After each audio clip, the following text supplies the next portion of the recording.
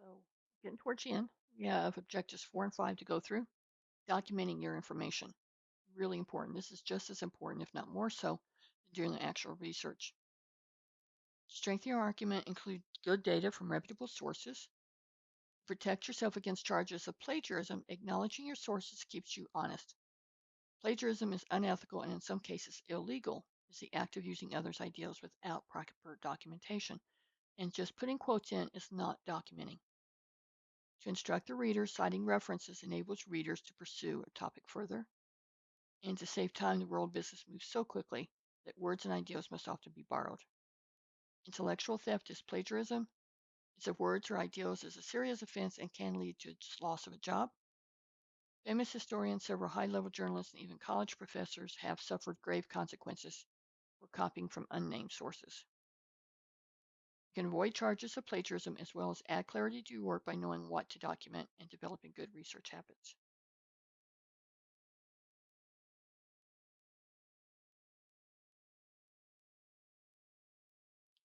Okay, academic documentation. In the academic world, documentation is critical. College term papers require full documentation to demonstrate that a student has become familiar with respected sources and can cite them properly. Giving credit to authors is extremely important. Students who plagiarize risk a failing grade, definitely. In business, documentation and authorship are sometimes viewed differently. Business communicators on the job may find that much of what is written does not follow standards you learned in school. Individual authorship is unimportant. For example, employees may write for the signature of their bosses. The writer receives no credit. Teams turn out documents for which none of the team members receive credit. Internal business reports, which often include chunks of information from previous reports, also doesn't give credit. So both internal and external business reports are not as heavily documented as school assignments or term papers. One writer suggests that the wrong employee may quit and speak out about the unethical behavior. If you think it needs to be cited, then cite it. Don't trust it to, well, you don't know. Okay. If in doubt, always cite. It's just a rule of thumb you need to live by, whether it's school or work. Now, what to document? When you write reports, especially in college, you're continually dealing with other people's ideals. So, to avoid plagiarism, you must give credit whenever you use the following: another person's ideals, opinions, examples, facts, statistics, graphs, quotations of other person's actual spoken words or written words. I don't care if it's if it's 2 words long. If you use it, you got to put quotes around it, and then cite it. If you have to say where it comes from within the body. Paraphrases of another person's spoken or written words, which means, well, this phrase is, mostly mine. There's a few things in there. No. Visuals, images, or any kind of electronic media. Information that's commonly knowledge is no documentation is the Wall Street Journal, because it's a newspaper. Statements that are not common knowledge must be documented. For example, the following statement: Texas is home to 2 of the nation's top 10 fastest growing large cities, 100,000 or more population. Austin and San Antonio also rank first and second in jobs. If common rule is if you put in numbers, it needs to be cited. More important, someone went through trouble and expense of assembling this work and now owns it. Okay, truly owns it. Cite sources for proprietary information, statistics, such as. You know to use citations to document direct quotations. You must also cite ideals that you summarize in your words. When in doubt, check to see whether the same piece of information is available in at least 3 sources in your topic specific field and appears without. If what you borrow doesn't fall into one of the 5 categories listed earlier, for which you must give credit, you're safe in assuming it's common knowledge. Or if in doubt, cite. Good research habits, paper note cards, record major ideals, publication information. Consider one card color for direct quotes and a different color for your paraphrasing. Put the original source material aside until you're summarizing. Digital records, begin your research by setting up a folder, maybe for files. Create subfolders When you find facts on the web or in research databases, highlight the material. Be sure to include all publication. As discussed in the section on managing research, consider using archiving on a USB flash or external drive. Or you could do nowadays, you can do the cloud. And in the fine art of paraphrasing, read the original material intently to comprehend, then write your own version without looking at the original. Avoid repeating grammatical structure and merely replacing words with synonyms. Reread the original to be sure you covered the main points but didn't use the words. Okay. So the source here, these are some examples.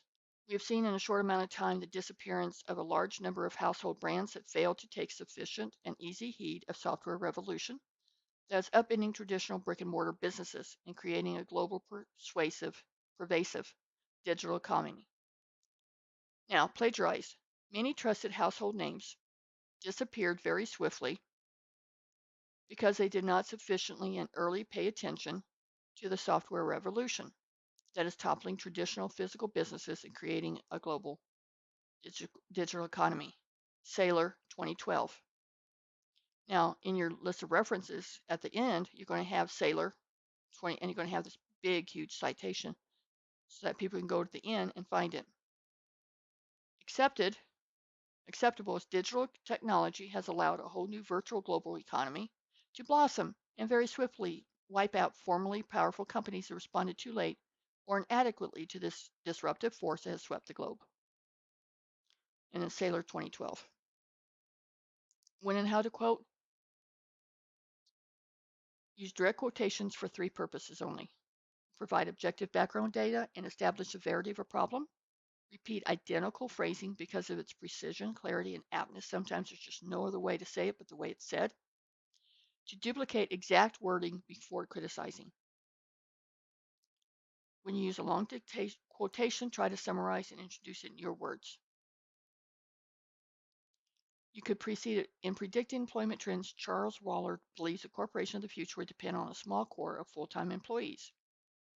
So therefore, you could go, according to Waller, Waller argues that, or in his recent study, Waller reported, okay, and then use quotation marks to enclose exact quotations. Quote, the current image, says Charles Waller, quote, da da da da da da da, quote, 2013, page 51. The reason you don't have to put his name there is because at the end, in your reference, you're going to have Charles Waller and all this information. But you don't have to put his name here because you put it right there, okay? You just have to put the year in page 51 so you can find it. Copyright Act of 1976 protects authors of published and unpublished works. Copyright refers to the right to copy, and a key provision is fair use. Individuals have limited use of copyrighted material without requiring permission. These uses are for criticism, comment, news reporting, teaching, scholarship. However, when you get between fair use and infringement, just cite it.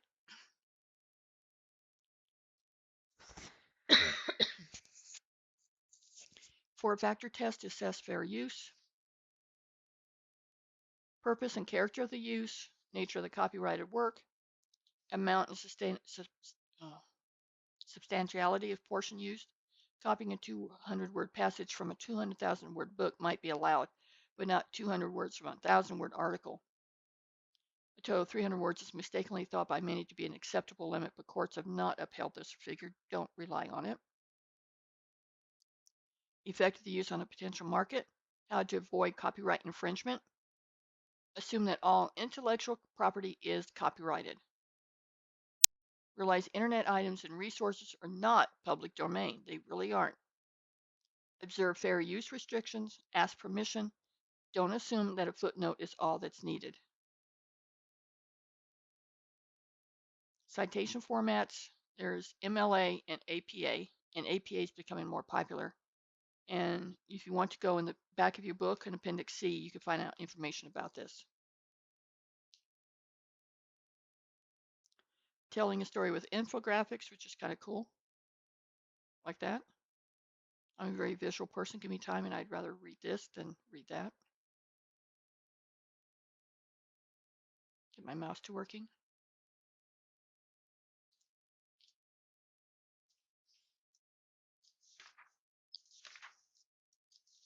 Okay, I'm going to stop there, and Learning Objective 5 will be on its own video. Okay, talk to you later.